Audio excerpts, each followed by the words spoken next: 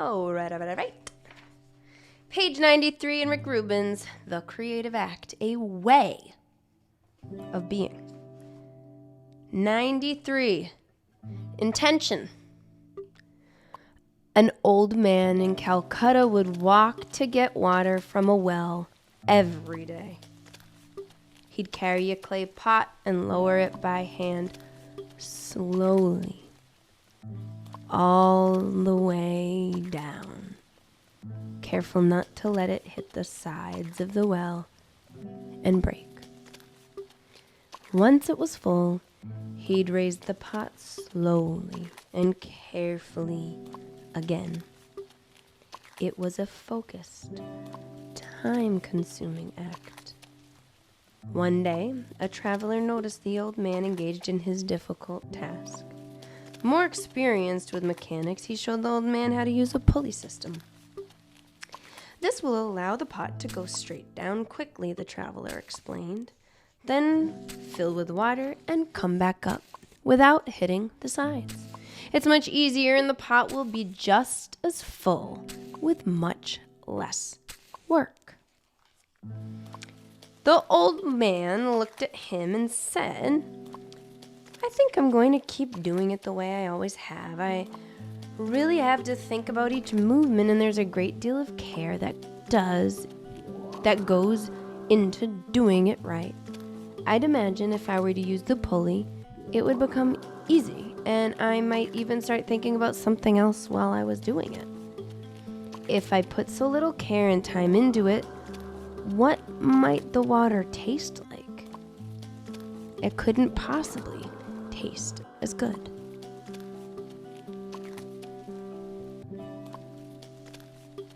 Our thoughts, feelings, processes, and unconscious beliefs have an energy that is hidden in the work.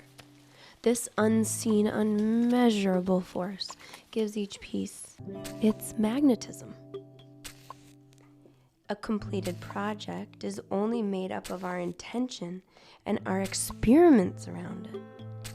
Remove intention and all that's left is the ornamental shell. Though the artist may have a number of goals and motivations, there is only one intention. This is the grand gesture of the work. This is not an exercise of thought, a goal to be set, or a means of commodification. It is a truth that lives inside you. Through your living it, that truth becomes embedded in the work. If the work doesn't represent who you are and what you're living, how can it hold an energetic charge? An intention is more than a conscious purpose. It's the congruence of that purpose. It requires an alignment of aspects of oneself, of conscious thought and unconscious beliefs, of capabilities and commitment, of actions when working and not.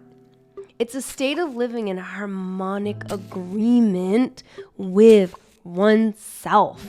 Not all projects take time, but they do take a lifetime. In calligraphy, the work is created in one movement of the brush. All the intention is in that single concentrated movement. The line is a reflection of the energy transfer from the artist being, including the entire history of their experiences, thoughts, and apprehensions into the hand. The creative energy exists in the journey to the making, not in the act of constructing. Wow! Our work embodies a higher purpose. Whether we know it or not, we're a conduit for the universe.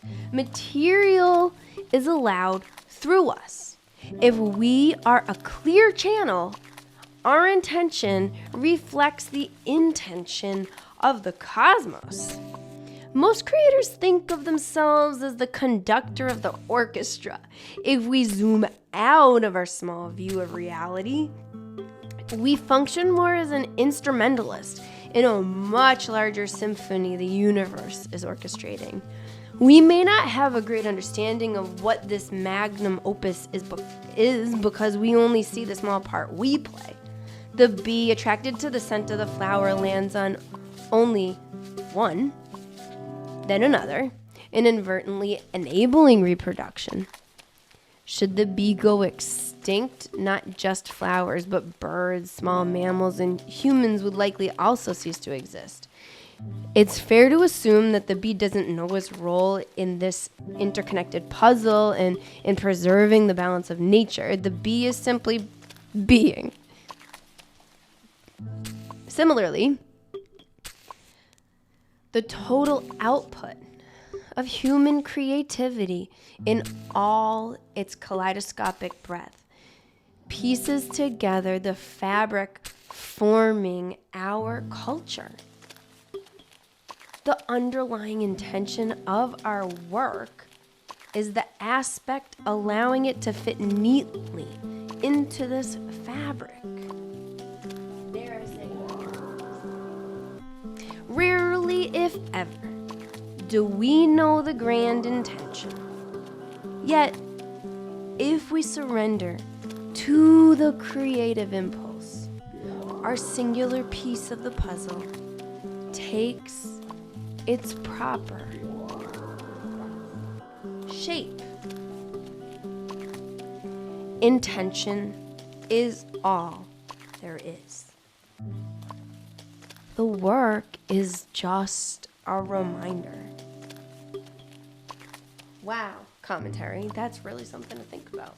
The work is just a reminder. I mean, I agree with what he's saying, that you have to live your intention, and the work is not really what it is all about, that it is kind of like he's calling it a reminder. I guess I might say it's more like a souvenir or a memento of the becoming, of that actual intentional living. I think it's interesting too, and I would be curious to hear your thoughts on this in the comments, that he's saying that if we surrender to our creative impulse in whatever creative act we're living out, our puzzle piece takes its proper shape. He uses the word proper. I think I may take a step back and use different words in my own understanding of this, but I feel as though the word proper maybe implies more of a right and wrong, like, versus things falling into place moment after moment after moment, yet time's an illusion, so even what's that?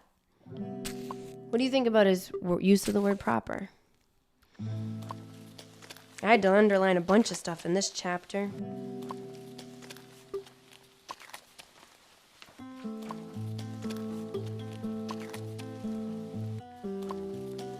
But I guess I'll end here.